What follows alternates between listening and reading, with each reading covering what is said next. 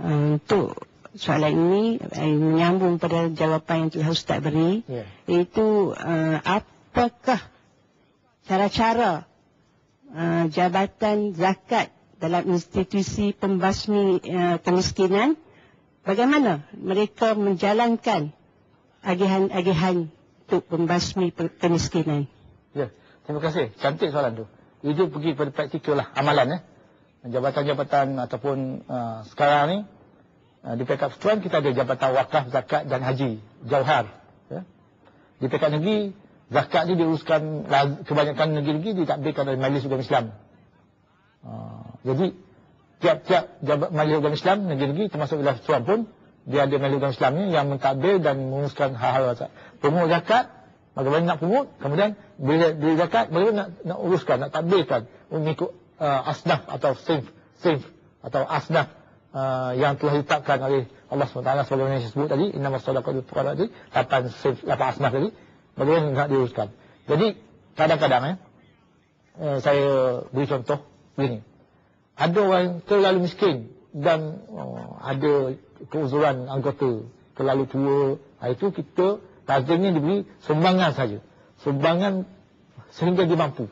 Maksudnya, katakan kita beri lamsam RM3 sebulan. Bulan-bulan bayar dia. Itu contoh.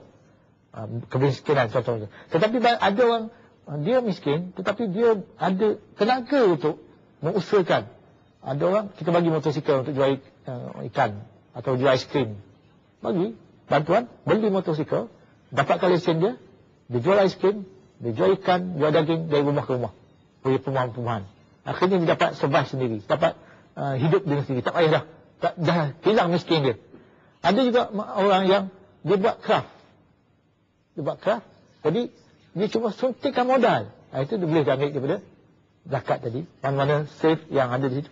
Orang pakai ataupun orang rim ke, masuk di situ. Dan saya suka sebutlah satu pandangan lah. Sini satu pandangan.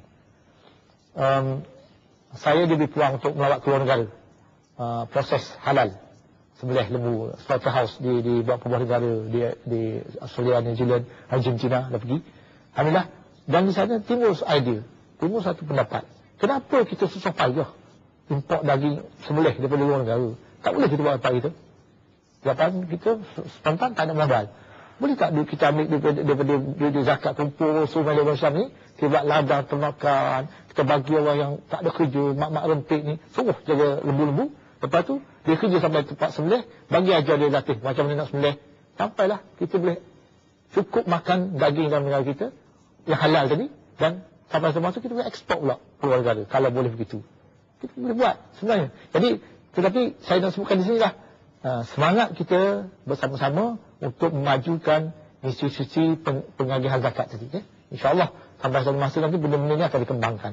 Tapi buat masa ini, cara-cara pembahagian kepada fakir miskin, macam saya sebut tadi lah, ada kifayah, ada setakat yang untuk mengagihkan, basmi dia miskin, ataupun dalam bahasa kita miskin tegar. Ada yang untuk memajukan diri dia, dengan sampai semasa dia akan keluar zakat balik.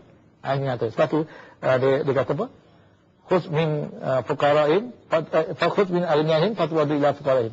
Ambil daripada orang kaya, diagihkan kepada orang miskin. Tapi benda itu akan berpusing balik. Itulah lebih kurang kepada persoalan yang disebut tadi. Ada lagi soalannya? Assalamualaikum yang berbahagia Datuk. Ya, waalaikumsalam warahmatullahi wabarakatuh. Saya Rusli Jaafar dari Bandar Sri Damansara. Ya. Saya nak tanya Datuk. Dapatkah Datuk penjelaskan apakah jenis-jenis zakat yang diamalkan negara kita ni? Terima kasih Datuk. Ya, terima kasih banyak. Kita kalau nak sebut jenis tu, kita bagi dua dulu. Satu zakat zahir dan satu lagi zakat batin. Zakat zahir ni zakat fitrah. Dia zahir lah. Kalau kita ada seorang ketua keluarga, ada isteri, ada 4 orang anak, maknanya mesti keluar 6 zakat kena keluar. Katakan RM5 seorang, kita kena keluar RM30. Katakan begitu. Zakat sebenarnya dikeluarkan atas mengikut bahasa kita sekarang ni, makanan asasi. Tapi sekarang kita dah badal, ganti dengan nilaian dia. Okeylah. Itu zakat zahir. Zakat batin, zakat yang lain-lain. Misalnya zakat simpanan, zakat perniagaan. Orang tak tahu kita berniaga apa. Kalau tahu pun orang tak tahu berapa kita dapat. Kita sendiri yang tahu. Bagaimana nak kira? Kita tahu cara kira, kita sendiri yang kira. Tak payah suruh orang kira. Taksiran tu buat sendiri. Macam zakat pendapatan, berapa orang tahu pendapatan saya berapa. Tapi kadang-kadang saya keluar zakat pendapatan. Saya dia kira berapa pendapatan saya setahun, apa yang patut tolak, perlu tolak, apa yang patut ditambah. Lepas tu saya keluar zakat. Kan? Jadi itu dikatakan zakat batin. Termasuk ternakan, jika diternakan, tanaman padi, jagung dan seumpamanya.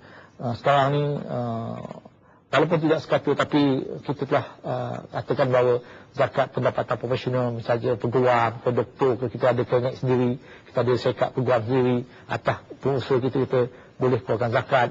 Kemudian pendapatan bebas gaji misalnya itu sekarang, kemudian saham, dan kadang saya dah sebut tadi. Jadi itulah antara jenis zakat yang ada pada kita sekarang, yang kita amalkan sekarang.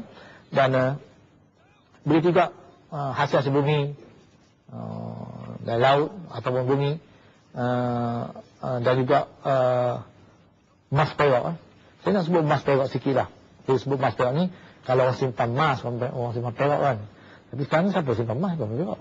Tak ada orang kan. Tapi hari ni ada setengah-setengah fatwa ataupun dalam kitab fiqh pun ada sebenarnya. Tak, nanti saya ni kadang-kadang salah juga, ada orang tu fatwa. Tapi kalau benda tu dah ada kitab fiqh, bukan fatwa lagi, pendapat lah.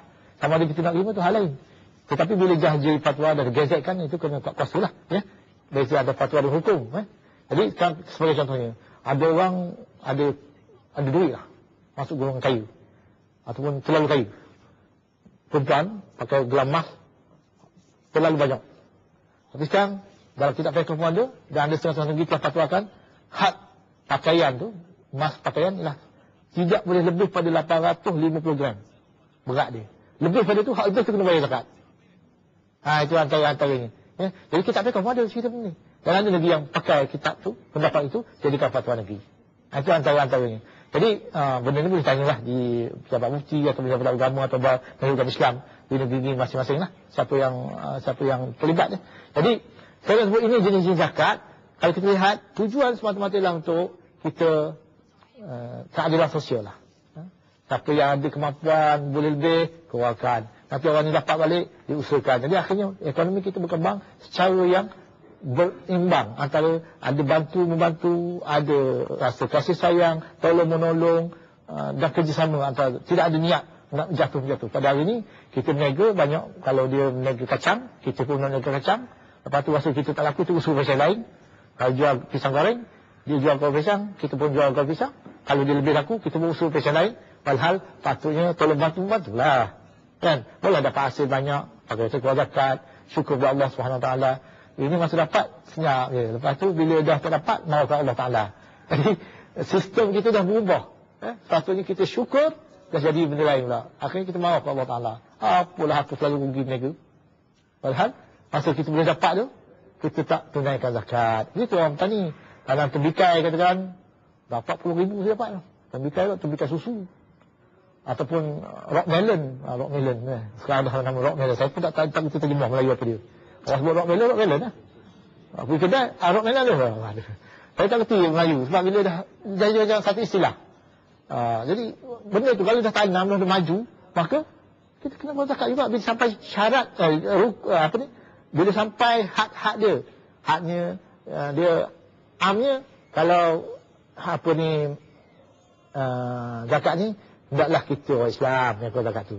Keduanya, cukup nisab, milik sempurna, cukup haul, cukup haul, cukup nisab, cukup rukun 5. Tetapi bagi tanya ada berbeza sedikit lah rukun dia. Bila mana kita menghasilkan tu, cukup nisab dia. Tak nanti cukup setahun. Itu berbeza sedikit pertanyaan dengan harta lain-lain.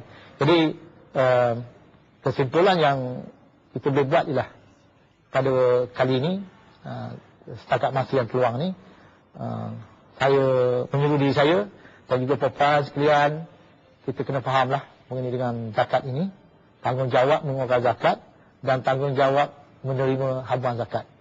Ada orang bila sebut diri zakat, dia nak terima, walhal dia tak layak masuk kategori mana-mana pun. Dia ngakulah dia miskin, walhal dia sebenarnya tidak miskin. Ini salah. Dia telah mengambil hak orang. Ya? Tetapi kalau dia katakan nak buat perniagaan apa, dia sebutlah dia untuk membesarkan perniagaan, boleh dibantu dia beli zakat, boleh, bukan tak boleh.